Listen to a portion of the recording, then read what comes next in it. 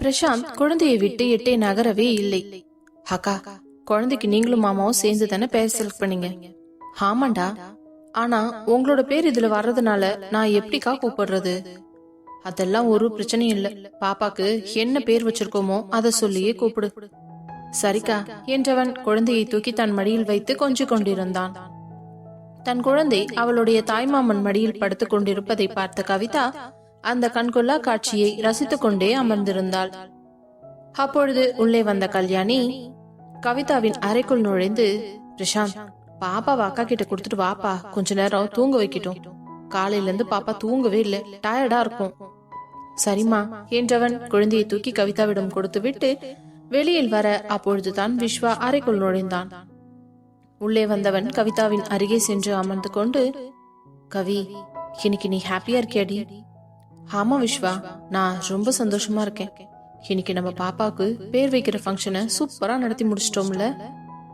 ஆமாண்டி, நான் கூட எதிர்பார்க்கல இந்த அளவுக்கு நல்ல விதமா ஃபங்க்ஷன் நடக்கும்னு. எனக்கு ரொம்ப ஹாப்பியா இருக்கு. என் பொண்ணு வந்ததுக்கு அப்புறம் என்னவோ எனக்கு வானத்துல ரெக்க கட்டி பறக்கிற மாதிரியே ஒரு ஃபீல் ஆகுது. இருக்கும் பாஸ், ரொம்ப ஓவரா பண்ணாதீங்க. சரி, அதெல்லாம் விடு. பாப்பாவோட பேரை பத்தி யாராச்சும் ஏதாச்சும் சொன்னாங்களா? எல்லாருமே நல்லா இருக்குதுன்னு தான் சொன்னாங்க தெரியுமா? ஆனா இந்த பிரசாந்த் தான், அக்கா பாப்பாவோட பேர்ல பாதி பேர் உங்களது வருது, நான் எப்படி கூப்பிடுறதுன்னு கேட்டான். அதெல்லாம் ஒன்னும் பிரச்சனை இல்ல, பேரு சொல்லி கூப்பிடுறா அப்படின்னு சொல்லியிருக்கிறேன்.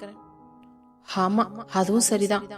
சரி கவி, நம்ம இன்னும் எவ்வளவு நாள் இங்க இருக்கணும்? என்ன விஸ்வா, திடீர்னு வீட்டுக்கு போகணும்னு ஆசை வந்துருச்சா என்ன? இல்லடி, நான் உன்கிட்ட பொதுவாதான் கேட்டேன். இங்க வரும்போது அம்மா என்ன சொல்லி கூட்டிட்டு வந்தாங்க? அட்லீஸ்ட் ஒரு 3 மாசமாவது இருக்கணும்னு சொல்லிதான் அத்தை கூட்டிட்டு வந்தாங்க. அப்புறம் 1 மாசம் ஆக முன்னையும் அதுக்குள்ள எதுக்கு இப்ப மறுபடியும் கேக்குறீங்க? அதுவா என்று அவள் கையை எடுத்து தன் கைக்குள் வைத்துக் கொண்டு, அப்படி இல்ல, இருந்தாலும் உன்கிட்ட சும்மா கேட்டு பாக்கலாம்னு தோணுச்சு. நம்ம வீட்டுக்கு போகலாமாடி? எனக்கு புரியுது விஸ்வா உங்களோட கஷ்டம். நீங்க இப்ப கூட சொல்லுங்க, நம்ம வீட்டுக்கு கிளம்பி போயிடலாம். என்னடி சொல்ற? அப்புறம் அத்தை கோச்சுக்க மாட்டாங்களா? கொஞ்சம் கஷ்டப்படுவாங்க தான், ஆனா சொல்லி புரிய வச்சுக்கலாம். இல்ல, இன்னும் கொஞ்ச நாளாவது இங்க இருப்போம். கொஞ்ச நாள்னா எவ்வளவு நாள் விஸ்வா? ஒரு 10-15 நாளாவது இருப்போமே என்றதும் அவனை பார்த்து சிரித்துவிட்டு தலையை குலுக்கியவள் மீண்டும் அமைதியாக குழந்தையை உறங்க வைத்துக் கொண்டிருக்க, என்னடி எதுவுமே சொல்லாம அமைதியா இருக்க? இல்ல, இன்னும் கொஞ்ச நாள் கழிச்சு போலாம்னு சொன்ன உடனே அட்லீஸ்ட் இன்னும் 1 மாசமாவது போகுமோன்னு நினைச்சேன். ஆனா 10-15 நாள்னு சொன்னதும் எனக்கு சிரிப்பு வந்துருச்சு. ஏண்டி இப்படி சிரிக்கிற? அந்த 10-15 நாள் இங்க இருக்கிறதுக்கு பேசாட்டிக்கு நம்ம வீட்டுக்கே போயிடலாமே. நிஜமாவா சொல்ற கவி? ஏன் விஸ்வா, உங்களுக்கு இங்க இருக்கிறது பிடிக்கலையா? அப்படி இல்லடி, ஏனோ நான் அதிகம் வெளியில எங்கேயும் போய் தங்கினதில்ல. ஆபீஸ், அதை விட்டா வீடு, இது 2 தான் என்னோட உலகமா இருந்துச்சு. திடீர்னு இங்க வந்து தங்கணும் போது எனக்கு ஏதோ ஒரு மாதிரி ஜெயிலுக்குள்ள அடைஞ்சு கிடக்குற மாதிரி தான் இருக்கு. பேசாம கிளம்பி நீங்க ஆபீஸ்க்கு போங்களேன் விஸ்வா. இல்லடி, உன்னையும் பாப்பாவையும் தனியா விட்டுட்டு போறதுக்கு எனக்கு சுத்தமா இன்ட்ரெஸ்ட் இல்ல. அது சரி, அதான் என் கூட அம்மா இருக்காங்கல்ல, அவங்க பாத்துக்க போறாங்க. இல்ல இல்ல, நான் ஆபீஸ்க்கே போற மாதிரி இருந்தாலும் உன்னை கொண்டு போய் நம்ம வீட்டுல விட்டுட்டு தான் போவேன். அடப்பாவி, இதெல்லாம் ரொம்ப அநியாயம் தெரியுமா? சரி கவி, நீ பாப்பாவை தூங்க வை. டிரைவர் என்னோட லேப்டாப் எடுத்துட்டு வரேன்னு சொல்லியிருந்தாரு, நான் அதை போய் வாங்கிட்டு வந்துடுறேன். சரிங்க விஸ்வா, வீட்ல இருந்தே ஒர்க் பண்ண போறீங்களா? ஆமாண்டி, அப்புறம் என்ன பண்றது, எனக்கு ரொம்ப போர் அடிக்குது இல்ல என்று கூறிவிட்டு அவன் வெளியில் வரவும் அவனோட கஷ்டமும் அவளுக்கு புரியத்தான் செய்தது. பின்பு கேலண்டரை பார்த்தவள், 1 மாசம் இன்னும் முடியல, கிளம்புனா இப்பவே கிளம்பிடணும். 1 மாசம் முடிஞ்சிருச்சுன்னா கண்டிப்பா அம்மா ரெட்டிப்பு மாசமா இருக்குன்னு அனுப்ப மாட்டாங்க. 3வது மாசம்தான் போற மாதிரி இருக்கும். அது வரைக்கும் விஸ்வாவையும் நம்ம இங்க இழுத்து வச்சு பிடிக்க முடியாது. அவர் இல்லனா எனக்கும் ரொம்ப கஷ்டமா இருக்கும். பாப்பாவும் அவரை ரொம்பவே மிஸ் பண்ணுவா. சோ இன்னைக்கு அம்மா கிட்ட பேசி எப்படியாவது வீட்டுக்கு போறத பத்தி முடிவெடுக்கணும் என்று நினைத்தவள் அசதியில் அப்படியே உறங்கிவிட்டாள். மாலை நேரமானதும் விஸ்வா, கவிதா, குழந்தை அமர வைத்து மூவருக்கும் திருஷ்டி சுட்டி போட்டார் கல்யாணி. பிறகு இரவு உணவை சாப்பிடும் பொழுது கவிதா தான் மெதுவாக பேச்சை ஆரம்பித்தாள். அம்மா, நான் எங்க வீட்டுக்கு கிளம்பி போகலாம்னு இருக்கேம்மா என்றதும் கல்யாணிக்கும் கணேசனுக்கும் தூக்கி வாரி போட்டது. பிரசாந்தின் முகமும் மாறிவிட்டது. என்னாச்சு கவி, இவ்வளவு சீக்கிரம் போகணும்னு நினைக்கிற? நான் தான் சொன்னேன்ல 3 மாசம் கழிச்சுதான் அனுப்புவேன்னு. அம்மா சொன்னீங்கதான், ஆனா அவங்களுக்கும் குழந்தை கூட இருக்கணும்னு ஆசை இருக்கும்லம்மா. அது மட்டும் இல்லாம விஸ்வா ஆபீஸ்க்கு போக முடியாம இப்படி வீட்லயே இருக்கிறத பாக்குறதுக்கு எனக்கும் கஷ்டமா இருக்குதுமா. என்னடி, மாப்பிள்ள ஏதாச்சும் சொன்னாரா? நான் வேணா அவர்கிட்ட பேசி பாக்கட்டுமா? இதுல அவர் சொல்றதுக்கு என்னமா இருக்குது? எனக்கே புரியுது இல்ல. எப்படியும் அடுத்த மாசம் கேட்டா நீங்க அனுப்ப மாட்டீங்க, ரெட்டிப்பி மாசம். அதான் இப்பவே கேட்ட. கல்யாணி என்ன செய்வது என்று தெரியாமல் முடித்துக் கொண்டிருக்க, பின்பு அவள் அப்பாவின் பக்கம் பார்த்தவள், அப்பா பிளீஸ் நீங்களாச்சும் சொல்லுங்களேன் என்று கெஞ்சுவது போல கேட்க, கல்யாணி கவிதா தான் ஆசைப்படுதுல்ல, பரவாயில்ல மாப்பிள்ள கூட கிளம்பி வீட்டுக்கு போகட்டும். நமக்கு குழந்தை எப்ப பாக்கணும்னு தோணினாலும் நம்ம உடனே போய் பாத்துட்டு வந்துருவோம். இல்ல மாப்பிள்ளைய கூட்டிட்டு வர சொன்னா வந்து 2 நாள் தங்கிட்டு போக போறாங்க. இதுல என்னமா கஷ்டம்? குழந்தை இங்க இருந்தா என்ன, அங்க இருந்தா என்ன, எல்லாரும் சந்தோஷமா இருந்தா அதுவே போதும்ல என்று கூற, தன் கணவன் சொல்வது சரி என்று புரிந்தாலும் அதை அவரால் ஏற்றுக்கொள்ளவே முடியவில்லை. தன் மகளை கொஞ்ச நாட்கள் வைத்து பார்த்து கொள்ளலாம் என்று ஆசைப்பட்ட தாய்க்கு அது பெரிய ஏமாற்றமாகவே இருந்தது. அப்பொழுது பிரசாந்தோ, அக்கா இப்படி எல்லாம் பண்ணாதீங்க, நீங்க இன்னும் கொஞ்ச நாள் இங்க இருப்பீங்கன்னு நான் நினைச்சேன். இப்படி திடீர்னு கிளம்பி போறேன்னு சொல்றீங்க, எனக்கு எவ்வளவு கஷ்டமா இருக்கு தெரியுமா? பிரசாந்த் புரிஞ்சுக்கோடா, இப்போ நான் சொல்ற எதுவும் உனக்கு புரியாது. எனக்கு ஒன்னும் புரியவே வேண்டாம், போங்கக்கா என்று வேகமாக எழுந்து செல்ல, அப்பொழுது கல்யாணி கவிதாவை தனியாக அழைத்து கொண்டு வந்தவரோ, கவி உனக்கு இப்போ உடம்பு தேவலாமா? எதுக்குமா கேக்குறீங்க? இல்ல உன் மாமியார் வீட்டுக்கு போகணும்னு சொல்றியே, அதுக்காக கேக்குறேன். ஐயோ அம்மா, அங்க போனாலும் எனக்கு ஒரு வேலையும் வைக்க மாட்டாங்க. அத்தை நான் பிரெக்னெண்டா இருக்கும் போதே ஒரு வேலையும் வாங்கல, இப்போ புள்ள பெத்ததுக்கு அப்புறமா வேலை வாங்க போறாங்க. அது மட்டும் இல்லாம அங்க சமைக்கிறதுக்கு எல்லாம் ஆள் இருக்காங்கம்மா, அதனால நீங்க என்ன நினைச்சு கவலைப்படாதீங்க. அடியே மக்கு, நான் அத்தை கேக்கலடி. உனக்கு டெலிவரி ஆச்சுல்ல, அந்த வலி காயம் இதெல்லாம் சரியா போயிடுச்சா?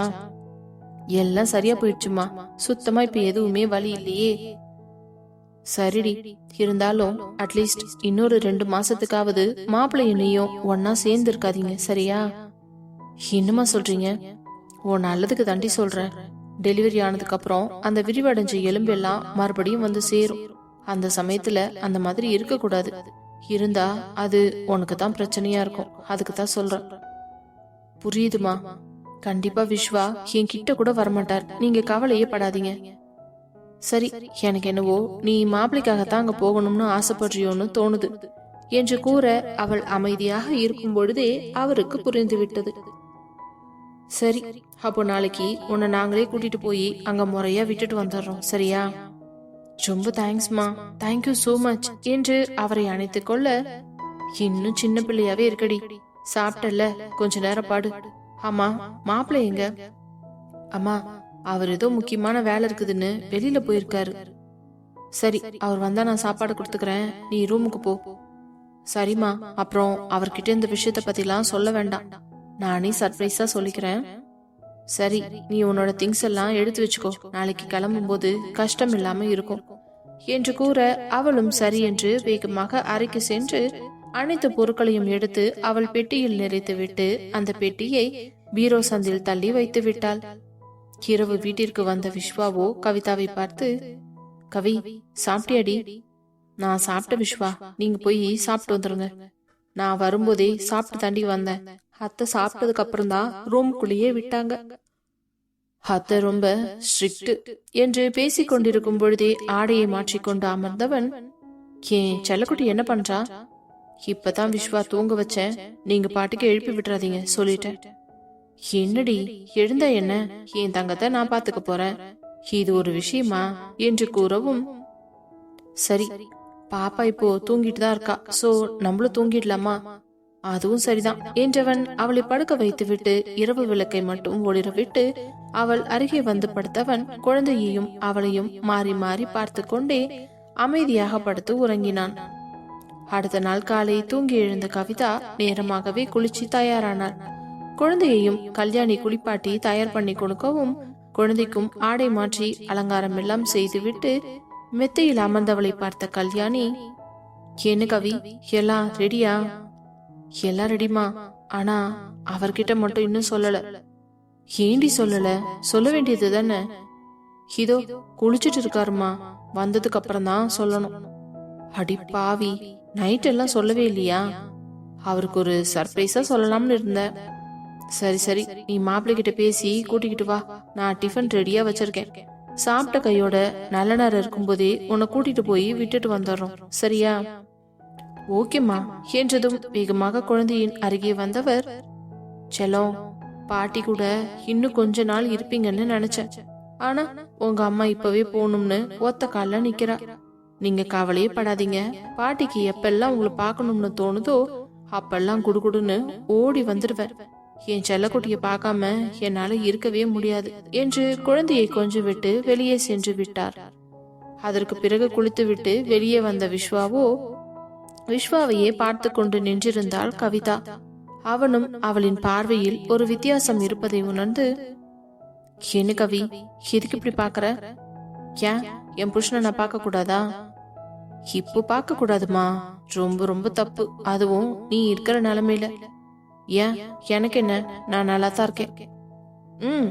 ரொம்ப நல்லா இருக்க, உன்னை பார்த்தாலே தெரியுது என்றவன் தனது ஆடையை எடுத்துக்கொண்டு அங்கிருக்கும் தடுப்பில் சென்று நின்று ஆடை மாற்றி கொண்டு வர, அப்பொழுதும் அவள் அவனையே பார்த்து கொண்டிருந்தாள். மெதுவாக அவள் அருகே வந்தவன் அவள் கழுத்தில் மாலை போல கையை போட்டுக்கொண்டு, எதுக்குடி என்ன இன்னைக்கு இப்படி புதுசா பாக்குற மாதிரியே பாத்துக்கிட்டு இருக்க?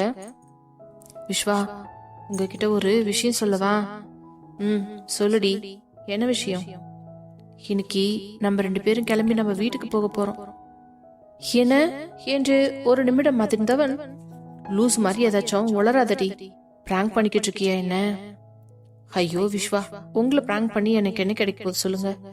இன்னைக்கு நம்ம 2 பேரும் நம்ம வீட்டுக்கு போக போறோம்.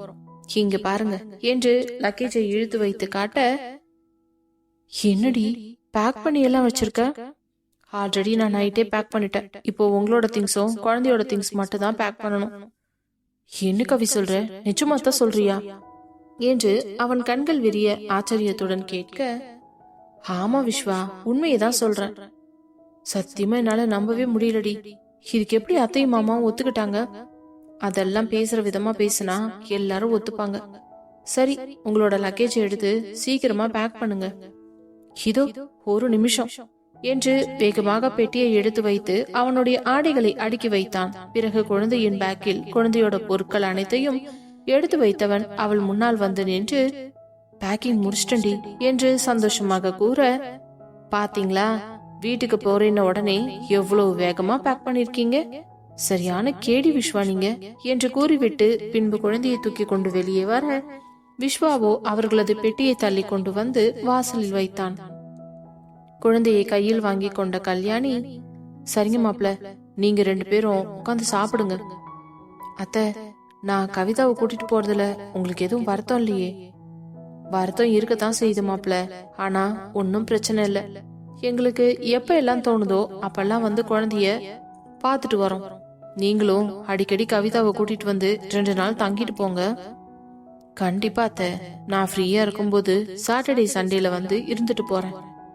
பிரசாந்த் என்றதும், போங்க மாமா, நான் உங்க மேல ரொம்ப கோவமா இருக்கேன். நான் என்னடா பண்ணேன்? ஆமா, 3 மாசம் இருக்கிறேன்னு சொன்ன அக்காவை 1 மாசம் கூட முழுசா இருக்க விடாம கூட்டிட்டு போறீங்கல்ல என்று கூற அவனுக்கு என்ன சொல்வது என்றே தெரியவில்லை.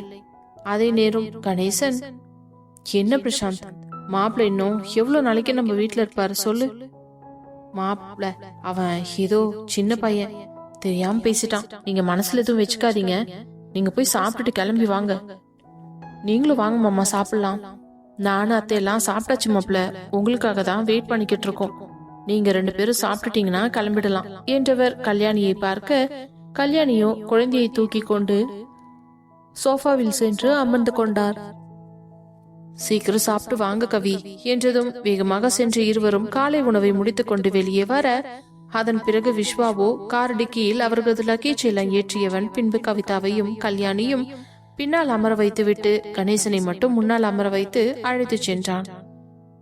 அப்பொழுது பிரசாந்தோ, அக்கா மாமா போயிட்டு வாங்க, பாப்பாவை பத்திரமா பாத்துக்கோங்க, நான் அடிக்கடி போன் பண்றேன், வீடியோ கால்ல எனக்கு பாப்பாவை காட்டணும், சரியா? ஏண்டா பிரசாந்த், நீயும் வரலாம்ல? இல்லக்கா, இன்னைக்கு ஸ்கூலுக்கு போகணும், முக்கியமான டெஸ்ட் இருக்கு, லீவ் போட முடியாது. சரி, பார்த்து பத்திரமா கிளம்பி போ என்று கூறிவிட்டு அவர்கள் கார் அந்த கேட்டை தாண்டி சென்று கொண்டிருக்க பிரசாந்தின் மனம் மிகவும் கனத்தது. காரில் சென்று கொண்டிருக்கும் பொழுதே கல்யாணி விஸ்வாவிடம், மாப்ள நீங்க வீட்டுக்கு வர்றத பத்தி போன் பண்ணி சொல்லிட்டீங்களா? ஐயோ அத்தை, எனக்கே இப்பதான் 1/2 மணி நேரத்துக்கு முன்னாடி தெரியும், நான் இன்னும் எதுவும் சொல்லல. கவி நீ சொல்லுடியா? இல்ல விஸ்வா, நம்ம ஒரு சர்ப்ரைஸா போய் நிக்கலாம், அவங்களோட ரியாக்ஷன் எப்படி இருக்குதுன்னு பாக்கலாம். ஓ சர்ப்ரைஸா, சரி சரி, ஓகே ஓகே என்றவன் காரை வேகமாக ஓட்டிக்கொண்டு செல்ல, விஸ்வா கொஞ்சம் மெதுவா போங்க, பாப்பா கையில இருக்கா. சாரிடி என்று மீண்டும் தன்னுடைய வேகத்தை குறைத்தவன் மெதுவாக சென்று கொண்டிருக்க, பாப்பா உங்க அப்பாவுக்கு நம்ம வீட்டுக்கு போக போறோம்னு ஓவர் குஷி ஆயிடுச்சுன்னு நினைக்கிறேன், அதான் காரை இவ்வளவு ஸ்பீடா ஓட்டிட்டு போறார் என்று கூற உடனே கல்யாணியும் கணேசனும் சிரித்து விட்டனர். சிறிது நேரத்தில் அவர்கள் வீட்டின் முன்னால் சென்று கார் நிற்கவும் கௌசல்யா வேகமாக வெளியே எழுந்து வந்து, என்ன இது விஸ்வகார் மாதிரியே இருக்கு என்று கூறிக்கொண்டே அப்பொழுது சாப்பிட்டுக் கொண்டிருந்த சுரேஷும் ஹரியும் கூட எழுந்து வந்து வெளியே பார்த்தனர். காரிலிருந்து இறங்கிய கவிதாவை குழந்தையோடு பார்த்ததும் கௌசல்யாவிற்கு சந்தோஷம் தாங்க முடியவில்லை. குடுகுடுவென்று வாசலுக்கு ஓடி வந்தவர் குழந்தையை கையில் வாங்கி கொண்டு, கவி என்னம்மா இப்படி திடீர்னு சொல்லாம கொள்ளாம கிளம்பி வந்திருக்க என்று கேட்க, அதே நேரம் கவிதாவோ, அத்த உங்க புள்ளைய வச்சுக்கிட்டு அங்க நான் இருந்துட்டாலும் அவருக்கு சிந்தனை எல்லாம் இங்கதான் இருக்குது, அதான் நான் கிளம்பி வந்துட்டேன். அம்மாவும் அப்பாவும் என்னை கொண்டு வந்து விட்டுட்டு போறதுக்காக தான் வந்திருக்காங்க. என்ன சொல்ற கவி, நிஜமாவா? ஆமா அத்த. சரி சரி, ஒரு நிமிஷம் இரு என்றவர் மீண்டும் குழந்தையை அவள் கையிலேயே கொடுத்து விட்டு உள்ளே ஓட, அப்பொழுது வந்த ஹரியும் சுரேஷும், வாங்க வாங்க சம்மந்தி, கவி வாமா. அடடடா, என் பேத்தி வந்திருக்காளா என்று கொஞ்சிக் கொண்டிருக்க, அப்பொழுது அங்கே வந்த பிரியங்கா, கவி என்று வேகமாக வந்து அணைத்து கொண்டாள். கவி நீ இல்லாம எனக்கு ரொம்ப போர் அடிச்சது, ஹபி கூட நீ இல்லாம ரொம்ப கஷ்டப்பட்டான் தெரியுமா? என் செல்ல குட்டி வந்துட்டால, இனிமே அவங்க 2 பேரும் விளையாண்டுக்குவாங்க என்று சந்தோஷமாக கூறிக்கொண்டிருக்க, அப்பொழுது ஆரத்தி கரைத்து எடுத்து கொண்டு வந்திருந்த கௌசல்யா கவிதாவையும் குழந்தையும் நிற்க வைத்து ஆரட்டி சுத்தி போட்டவர் பின்பு அனைவரையும் உள்ளே அழைத்து கொண்டு வந்து அமர வைத்து விட்டு அவர்களுக்கு குடிப்பதற்கு கொடுக்கவும், இங்க பாருங்க சம்மந்தி, என் பொண்ணு நேத்து என்கிட்ட ஒரே ஆடம், நாங்களும் எங்க வீட்டுக்கு போறோம்னு, நாங்களும் இன்னும் 1 மாசம் இருந்துட்டு போன்னு சொன்னா கேட்கவே மாட்டேன்னு சொல்லிட்டா. ரொம்பவே அடம் பிடிச்சதுனால எனக்கும் வேற வழி தெரியல, அதான் இன்னைக்கு கூட்டிட்டு வந்துட்டேன். என்னடா 3 மாசம் வச்சுக்கிறேன்னு கூட்டிட்டு போயிட்டு இப்படி ஒரே மாசத்துல கொண்டு வந்து விடுறாளுன்னு எதுவும் தப்பா நினைச்சுக்காதீங்க சம்மந்தி. ஐயோ என்ன சம்மந்தி இப்படி எல்லாம் பேசுறீங்க, அப்படியெல்லாம் நாங்க நினைக்கிற ஆளா என்று சுரேஷ் கேட்க, இல்ல சம்மந்தி எனக்கு தெரியும், இருந்தாலும் எங்க சைடு இருக்கிற நியாயத்தை உங்களுக்கு சொல்லணும் இல்லையா? என்ன சம்மந்தி நீங்க இதுக்கே இப்படி சொல்றீங்க?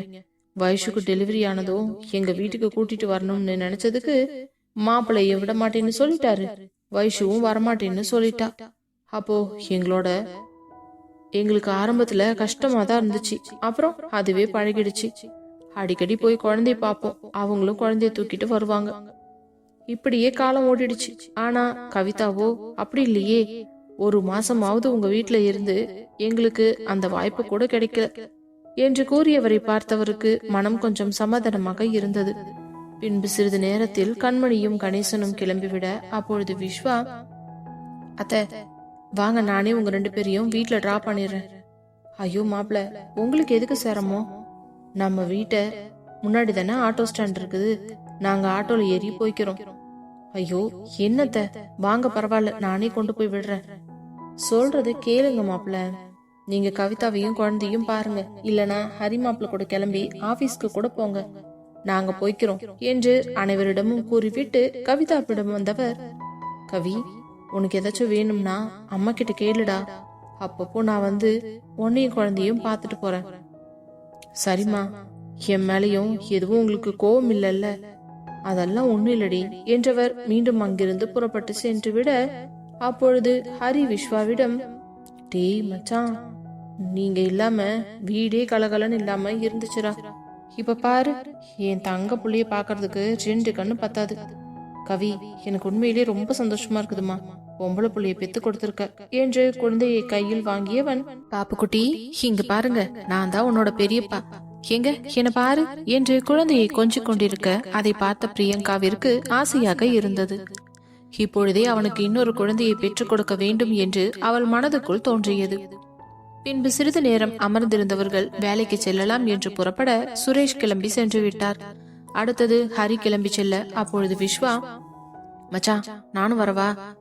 டேய், இன்னைக்குதான் கவிதாவையும் குழந்தையும் வீட்டுக்கு கூட்டிட்டு வந்திருக்க, அதுக்குள்ள ஆபீஸ்க்கு வந்து என்னடா பண்ண போற என்று கேட்க, உடனே விஸ்வா கவிதாவை பார்த்ததும், கவிதாவோ, விஸ்வா நீங்க ஹரி அண்ணா கூடவே கிளம்பி போங்க, ஒன்னும் பிரச்சனை இல்ல, அதான் இங்க அண்ணியும் அத்தையும் இருக்காங்கல்ல, எனக்கு ஒரு பிரச்சனையும் இல்லை என்று கூறியதும் பின்பு தன் மகளை ஆசை தீர கொஞ்சி விட்டு அலுவலகத்திற்கு புறப்பட்டு சென்றான்.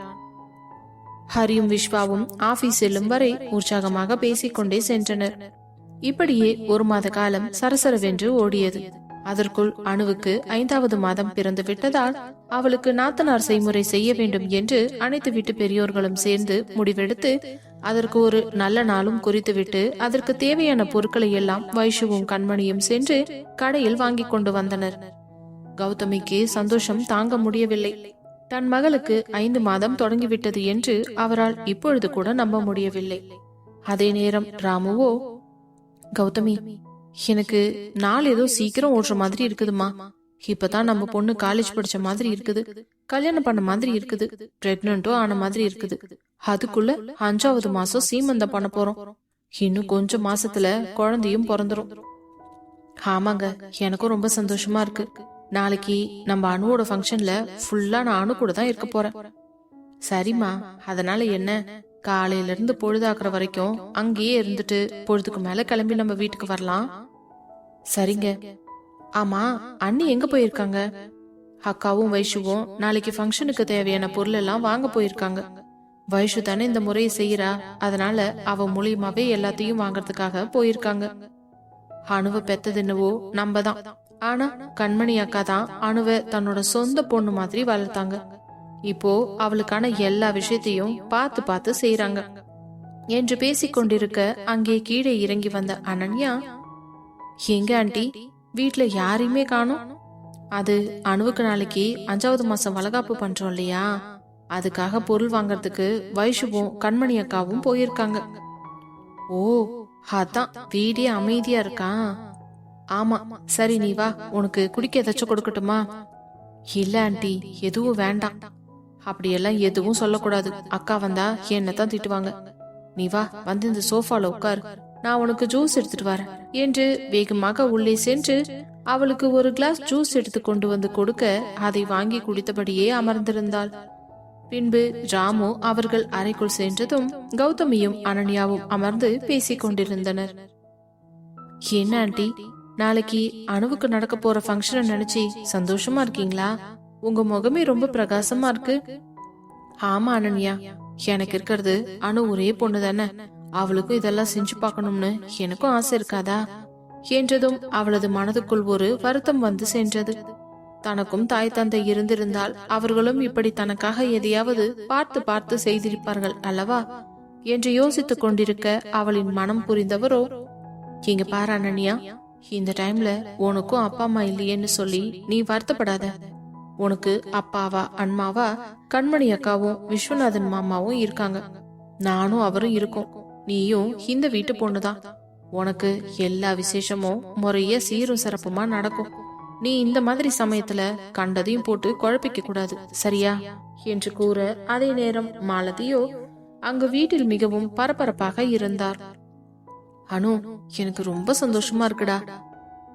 ஏமா, நாளைக்கு உனக்கு ஃபங்க்ஷன் பண்ண போறாங்கல்ல, இது வைஷு தான் உனக்கு செய்யணும். இருந்தாலும் இந்த 5வது மாசம் வளகாப்ப பாக்கிறதுக்கு எனக்கு ரொம்பவே ஆர்வமா இருக்குது தெரியுமா? உன் கை நிறைய வளையல் போட்டு, உன் முகத்துல சந்தனம் பன்னீர் எல்லாம் தெளிச்சு, குங்குமம் வச்சு, அடடா, நினைக்கும் போதே எனக்கு ரொம்ப சந்தோஷமா இருக்கு. அம்மா, நீங்க ரொம்ப ஹாப்பியா இருக்கிறதுக்கு வேண்டியே அடிக்கடி இந்த மாதிரி ஏதாவது ஃபங்க்ஷன் வைக்கலாம் போல இருக்கே. கண்டிப்பா அனு, நீ இந்த ஒரு குழந்தையோட மட்டும் நிறுத்திடாத. உனக்கு எத்தனை குழந்தை பெத்துக்கணும்னு தோணுதோ அத்தனை குழந்தை பெத்துக்கொடு. எந்த கஷ்டமும் இல்லாம நான் வளர்த்து கொடுக்கறேன், சரியா? நிச்சயமாம்மா. நீங்க இருக்கும்போது எனக்கு என்ன கவலை சொல்லுங்க? உங்களுக்கு எத்தனை குழந்தை வேணாலும் நான் பெத்து கொடுத்துட்றேன் என்று பேசிக் கொண்டிருக்க மாலை ஆபீஸ் முடிந்து வீட்டிற்குள் நுழைந்த கார்த்தியோ மாமியாரும் மருமகளும் சந்தோஷமாக அமர்ந்து பேசிக் கொண்டிருந்ததை பார்த்து சிரித்தபடியே உள்ளே வந்தான். என்ன, இன்னைக்கு 2 பேரும் ரொம்ப சந்தோஷமா இருக்கீங்க? ஆமா கார்த்தி, நாளைக்கு எனக்கு ஃபங்க்ஷன் இருக்குது இல்ல, அதை நினைச்சுதான் நாங்க 2 பேரும் சந்தோஷமா பேசிக்கிட்டு இருந்தோம் என்றதும் மாலதியோ அவனுக்கு குடிப்பதற்கு காஃபி எடுப்பதற்கு கிச்சனுக்கு செல்ல, அவள் அருகே வந்து அமர்ந்தவன் தன் மனைவியின் அந்த மேடான வயிற்றை பார்த்து கொண்டு மெதுவாக அவள் வயிற்றில் கையை வைத்து, என்னடி பாப்பா, மூமெண்ட்ஸ் ஏதாச்சும் தெரிஞ்சுதான்? இன்னும் இல்ல கார்த்தி. சரி சரி, கவலைப்படாத, சீக்கிரமாவே தெரியும். நாளைக்கு என் பொண்டாட்டிக்கு நடக்க போற ஃபங்க்ஷனை பாக்குறதுக்கு நானும் ரொம்ப ஆர்வமா வெயிட் பண்ணிக்கிட்டு இருக்கேன். நானும் தான் என்று கூறினாள் அனு. கடைக்கு சென்று இருந்த வைஷுவும் கண்மணியும் வீட்டிற்கு வந்த பிறகு அவர்கள் வாங்கி வந்திருந்த பொருட்களை எல்லாம் பார்த்த கௌதமிற்கு தலை சுற்றி மயக்கம் வராததுதான் குறை. அக்கா, என்னது இது? நம்ம 5வது மாசம்தான் வளையல் போட போறோம். ஏதோ வளகாப்புக்கு சீர் வைக்கிற மாதிரி இவ்ளோ பொருளை வாங்கிட்டு வந்திருக்கீங்க. என்ன கௌதமி, அனுவுக்கு இதெல்லாம் செய்யணும்னு எனக்கு ஆசை. என் பொண்ணுக்கு நான் செய்யறேன், உனக்கு என்ன பிரச்சனை? எனக்கு ஒரு பிரச்சனையும் இல்ல, உங்க பொண்ணுக்கு நீங்க தாராளமா செய்யுங்க என்று கூறியவரோ, ஆனாலும் 5வது மாச வளகாப்புக்கு இதெல்லாம் ஓவர் தான் என்று சிரிக்க, அத்தை, என்ன நீங்க இப்படி பேசுறீங்க? இது இந்த வைஷுவோட முறை. இந்த நாத்தனார் அவளோட முறைய சீரும் சிறப்புமா தான் செய்வா. அதனால இதுக்கெல்லாம் யாரும் குறுக்க வந்து தடுக்க கூடாது. சரிங்க மேடம், நாங்க ஒன்னும் சொல்லல என்று பேசிக் கொண்டிருக்க அப்பொழுது உள்ளே நுழைந்த ஆதியும் ஜீவாவும் ஹாலில் கடைப்பரத்தி வைத்திருந்த பொருட்களை பார்த்து முடிப்பிதுங்கினர். என்னம்மா, என்ன நடக்குதுங்க என்று கேட்டுக்கொண்டே உள்ளே வந்த ஆதியை பார்த்த கண்மணி, ஆதி பாவா, நாளைக்கு நம்ம அணுவுக்கு பண்ண போற ஃபங்க்ஷனுக்காக நானும் வைஷுவும் போய் வாங்கிட்டு வந்த திங்ஸ் இதெல்லாம் என்றதும், என்னம்மா, கடையில ஏதாவது மிச்சம் மீதி விட்டீங்களா இல்ல எல்லாத்தையும் வாங்கிட்டு வந்துட்டீங்களா? என்னப்பா, நீயும் கௌதமி மாதிரியே கேக்குற? அம்மா, என் அணுவுக்கு எவ்வளவு செஞ்சாலும் எனக்கு எந்த பிரச்சனையும் இல்ல. எனக்கு நிஜமாலுமே இதெல்லாம் பார்க்கும்போது ரொம்ப சந்தோஷமா இருக்கு. வைஷு, இதெல்லாம் நீயும் போய் வாங்கிட்டு வந்தியா? ஆமா ஆதி, ஒவ்வொரு ஐட்டத்தையும் பார்த்து பார்த்து வாங்கியிருக்கேன். நாளைக்கு எல்லாம் நான் தானே செய்ய போறேன், அப்போ எல்லாமே கெத்தா இருக்கணும் இல்லையா என்று சந்தோஷமாக கூற, அப்பொழுது அனன்யா அங்கிருந்த பொருட்களை எல்லாம் ஆசையாக பார்த்து கொண்டிருந்தாள். அவள் அருகே வந்து அமர்ந்த ஜீவா, உனக்கும் இன்னும் கொஞ்சம் நாள்ல இப்படி எல்லாம் செய்வாங்க இல்லடி? ஆமா ஜீவா, அந்த நாளுக்காக தான் நானும் காத்திருக்கேன். எனக்கும் கை நிறைய கண்ணாடி வளையல் போட்டுக்கணும்னு ஆசையா தான் இருக்கு என்றதும், ஆனா அதுக்கு எதுக்குமா நீ அவ்வளோ நாள் வெயிட் பண்ணணும்? உனக்கு இப்பவே நான் வளையல் வாங்கிட்டு வந்திருக்கேன், இரு ஒரு நிமிஷம் நான் போட்டு விடுறேன் என்றவர் வளையலை எடுத்து பிரித்து கௌதமி கையிலும் வைஷு கையிலும் கொஞ்சம் கொஞ்சம் கொடுத்து விட்டு, கண்மணி முதலில் போட்டுவிட, அடுத்து கௌதமி போட்டுவிட, அதற்கு பிறகு வைஷு போட்டுவிட்டாள். அதே நேரம் 2 கைகளிலும் கண்ணாடி வளையலை பார்த்து அனன்யாவிற்கோ சந்தோஷம் தாங்க முடியவில்லை. அதை பார்த்த ஜீவாவிற்கு மிகவும் மகிழ்ச்சியாக இருந்தது. இவர்கள் எந்த ஒரு விஷயத்தையுமே விட்டு கொடுப்பதில்லை, அனைத்தையும் முறையாகவே செய்கிறார்களே.